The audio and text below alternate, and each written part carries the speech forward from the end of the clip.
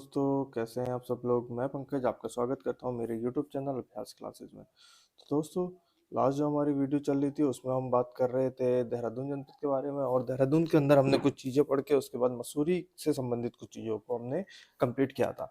आज उसी से आगे हम इसको फॉरवर्ड करते हैं और हम पहुंचते हैं कालसी में। कालसी के बारे में हम कल बात कर चुके थे। कालसी कहाँ पर स्थित है? देहरादून में।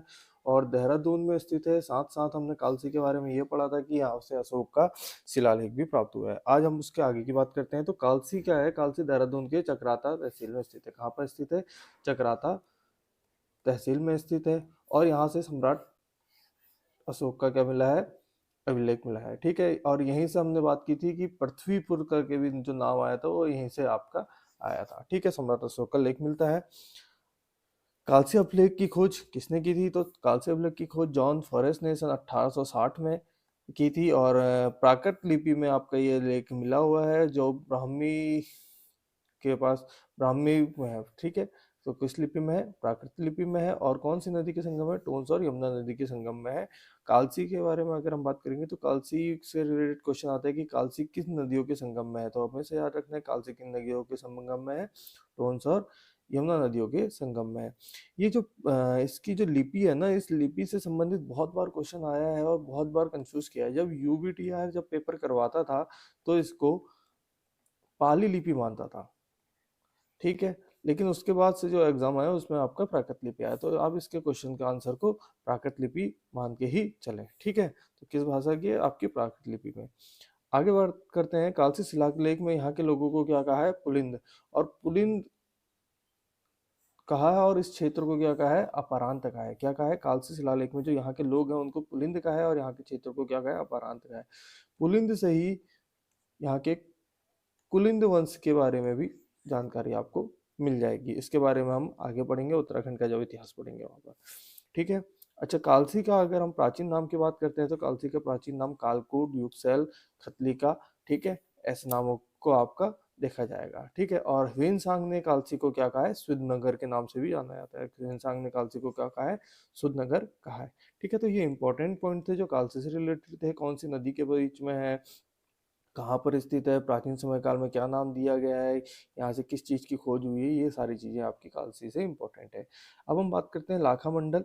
ठीक है। लाखा मंडल भी आपका देहरादून में है और यहाँ कहा जाता है कि लाखों मूर्तियां हैं इसलिए इसको लाखा मंडल कहा गया है, या इसको मूर्तियों का भंडार है इसलिए इसको लाखा मंडल कहा गया है। ठीक है। लाखा मंडल जौनसर भाबर क्षेत्र में है। और प्राचीन समय काल में ऐसा माना जाता है कि जब पांडव यहाँ आए थे तो पांडवों को मारने के लिए यहाँ पर कौन सा ग्रह बनाया गया था? लाक्षा ग्रह बनाया गया था। तो कहा जाता है कि जो लाक्षा ग्रह था वो आपका यहीं पर था। अभी लाखा मंडल से संबंधित बहुत सी चीजें हैं जो इम्पोर्टेंट है। ठीक है। यहाँ की जो शिवलिंग है वो बहुत ज्यादा इम्पोर्टेंट है। ठीक है। वो पॉइंट भी आपको देखने को मिल सकता है। यहाँ पर ये कौन सी नदियों पर है? ये यमुना और रिखराल नदी के संगम पे है। तो ये पॉइंट आपका फिर से इम्पोर्टेंट बन गया कि लाखा मंडल कहाँ पर है। तो लाखा मंडल आपका देहरादून में स्थित है, जौनसार भाबर क्षेत्र में। और किन नदियों के संगम में है अगर हम बात करेंगे तो कौन सी है? यमुना और रिखराड़। इन नदियों के संगम में आपको ये देखने को मिलेगा। और लाखा मंडल में ही लक्षेश्वर शिव का मंदिर भी है जो बहुत ज्यादा इंपॉर्टेंट है। कहा जाता था पहले के टाइम की अगर बात करें तो कहा जाता था कि यहाँ पर से मुर्दे भी जीवित हो जाते थे। ऐसी इस जगह की क्या है? खासियत है। मुर्दे भी यहाँ से जीवित हो जाते थे। यहाँ पर दो तरीके के आपको शिवलिंग भी देखने को मिलते हैं। ठीक है। तो लाखा मंडल से संबंधित अभी हम कुछ और बाद में बात करेंगे। फिलहाल हम बात करते हैं सिंहपुर का यदुवंश। ठीक है। ये बहुत इंपॉर्टेंट है। ठीक है। यदुवंश से संबंधित हमको चीजें देखने को मिलेंगी। इसका जो स्रोत है वो आपका कौन सा है? लाखा मंडल का शिलालेख है। जो लाखा मंडल की अभी हम बात कर चुके हैं उसी लाखा मंडल शिलालेख से यहाँ के यदुवंश के बारे में जानकारी मिलती है, जिसकी राजकुमारी तो कौन थी? राजकुमारी ईश्वरा थी। ठीक है। लाखा मंडल से राजकुमारी ईश्वरा का आपका शिलालेख भी मिलता है। और राजकुमारी ईश्वरा के पिता का नाम क्या था? भास्कर वर्मन था। इनके पति जालंधर के आपके राजकुमार श्री चंद्रगुप्त हुआ करते थे। जो आपका सिंहपुर है उसको यदुवंशियों की आपकी क्या कहा गया है? राजधानी बताया गया है। ठीक है। यदुवंशियों की राजधानी आपको क्या बताया गया है? सिंहपुर को बताया गया है। तो राजकुमारी ईश्वरा से संबंधित अभिलेख कहाँ से मिला है? तो वो भी आपको याद करना पड़ेगा। लाखा मंडल के सिंहपुर से आपका ये मिला है। ठीक है, अगली अब अगर हम बात करते हैं तो बात करते हैं हनौल की। फिर अपने आप में इम्पोर्टेंट क्वेश्चन है, देखिए देहरादून से संबंधित बहुत क्वेश्चन पेपरों में आते हैं क्योंकि अपने आप में इम्पोर्टेंट है। ठीक है, तो उत्तराखंड के 3 महानगरों में हरिद्वार, देहरादून और आपका हल्द्वानी, इसमें इम्पोर्टेंट ही इम्पोर्टेंट चीज़ आएंगी। ठीक है, तो हनौल से संबंधित बात करते हैं तो हनौल कहाँ पर है? जौनसार बाबर का सबसे बड़ा तीर्थ माना जाता है। जौनसार बाबर का सबसे बड़ा तीर्थ अगर बात करेंगे तो आपका हनौल है। हनौल में किस देवता की पूजा की जाती है? तो हनौल में आपकी महासु देवता की पूजा की जाती है, और कहा जाता है कि महासु देवता किसके? शिव के ही आपके रूप में ये कहा जाता है। ठीक है, हनौल किस नदी के तट पर है? तो हनौल आपका कौन सी नदी के तट पर है?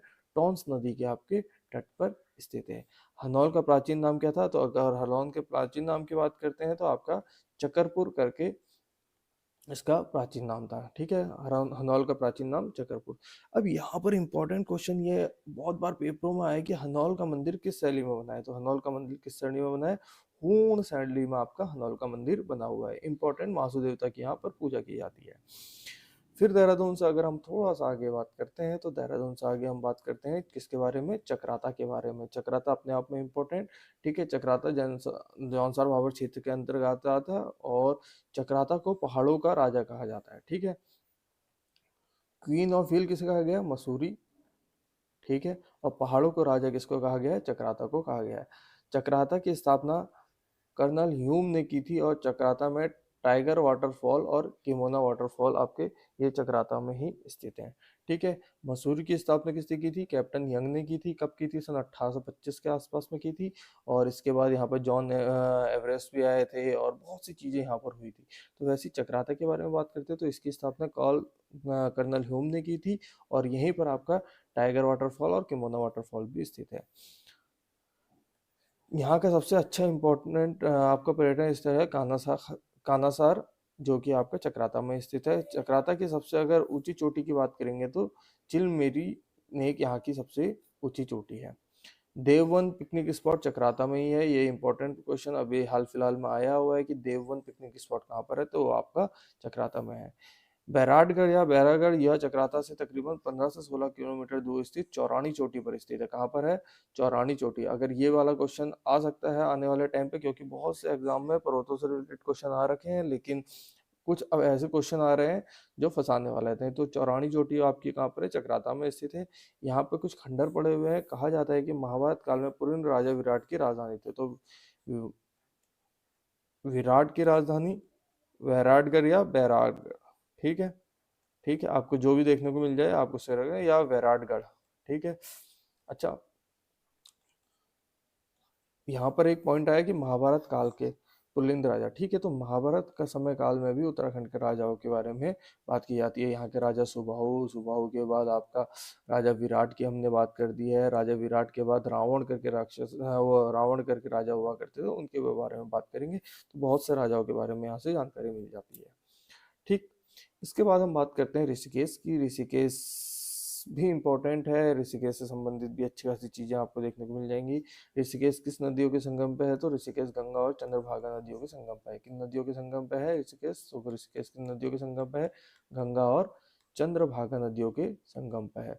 ठीक है, ऋषि केदारखंड में ऋषिकेश को किस नाम से जाना गया है? कुब्जा मृग करके आपका नाम से जाना गया है। क्या कहा गया है? कुब्जा मृग करके कहा गया है। कहीं कहीं पर आपको मृग क्या भ्रग करके भी दिखाई देगा। तो ऋषिकेश को केदारखंड में आपका कुब्जा मृग नाम से भी जाना गया है। ऋषिकेश के अलावा ऋषिकेश को हम क्या कहते हैं? ऋषिकेश को हम योग की राजधानी भी हम कहते हैं। ठीक है, यहाँ पर पर्यटक आपके योग करते हुए मैक्सिमम मात्रा में मिल जाएंगे। ठीक है, योग राजधानी भी आपका ऋषिकेश को कहा जाता है। ऋषिकेश के पास में त्रिवेणी घाट है, कि माना जाता है कि यहाँ पर 3 नदियों का संगम होता है। वो 3 नदियाँ कौन कौन सी है? गंगा, यमुना और सरस्वती। कहाँ पर है त्रिवेणी घाट? ये पॉइंट आ जाएगा। त्रिवेणी घाट कहाँ पर है? तो त्रिवेणी घाट ऋषिकेश में स्थित है, और यहीं पर गंगा, यमुना और सरस्वती का संगम होता है। ऋषिकेश में ही ऋषिकुंड भी है, और इसे नगर निगम बनाया गया ऋषिकेश को सन 2017 में। सन 2017 में ऋषिकेश को क्या बनाया गया? नगर निगम बनाया गया है। इसके अलावा हम बात करते हैं तो हमें देहरादून के अंदर फन वैली देखने को मिलती है। फन वैली एक मनोरंजन पार्क है, तकरीबन 20 एकड़ क्षेत्र में फैला हुआ है। जैसे आपका रुड़की के पास क्रिस्टल वर्ड देखने को है, ऐसे ही आपका एक है फन वैली आपको यहाँ पर मिलेगा। गुच्चू पानी ये बहुत इंपॉर्टेंट है, ठीक है। इसको आपका रॉबर्ट्स के भी कहा जाता है, ठीक है। ये नीचे लिखा हुआ है, रॉबर्ट्स केव या लुटेरों की गुफा भी कहा जाता है, और ये आपका कहाँ है, देहरादून में है। एक पर्यटन का क्षेत्र है, और कहा जाता है कि पुराने समय काल में जैसे कोई लूट करके लेके आते थे तो इसी जगह पर आपका क्या कर देते थे, उन चीज़ों को छुपा लेते थे। तो रॉबर्ट्स केव कहाँ पर है आपकी, देहरादून में है। रॉबर्ट्स केव को किस अन्य नाम से जाना जाता है, तो लुटेरे की गुफा या गुच्चू पानी के नाम से कहा जाता है। इसके अलावा अगर हम बात करते हैं तो हमारे पास बचता है घंटाघर। घंटाघर अगर आप देहरादून पहुंचेंगे और घंटाघर नहीं गए तो आपने कुछ नहीं घूमा, ठीक है। यहीं से आपको देहरादून की मार्केट, पलटन बाजार, भुटिया मार्केट के बारे में भी जानकारी मिल जाएगी, ठीक है। तो घंटाघर की जो आपकी शिलान्यास किया था 24 जुलाई सन 1948 में किया था। किसने किया था, सरोजनी नायडू ने किया था। किसने किया था, सरोजनी नायडू ने आपका इस घंटाघर का शिलान्यास किया था। इसके निर्माता थे, इसके निर्माता कौन थे, कुंवर आनंद सिंह इसके निर्माता थे। और प्रारंभ में इस घंटाघर को किस नाम से जाना जाता था, बलबीर टावर के नाम से जाना जाता था। तो आपको ये पॉइंट इंपॉर्टेंट रखना है, किस नाम से जाना जाता था, बलबीर टावर। बाद में इसे घंटाघर का करा गया। इसकी स्थापना 24 जुलाई 1948 में की गई। 24 दूनी 48, आप इसे ऐसे याद कर लेंगे, ठीक है। इस घंटाघर का उद्घाटन 23 अक्टूबर सन 1953 में किसने किया था, लाल बहादुर शास्त्री ने किया था। तो घंटाघर का आपकी उद्घाटन की बात करते हैं तो 23 अक्टूबर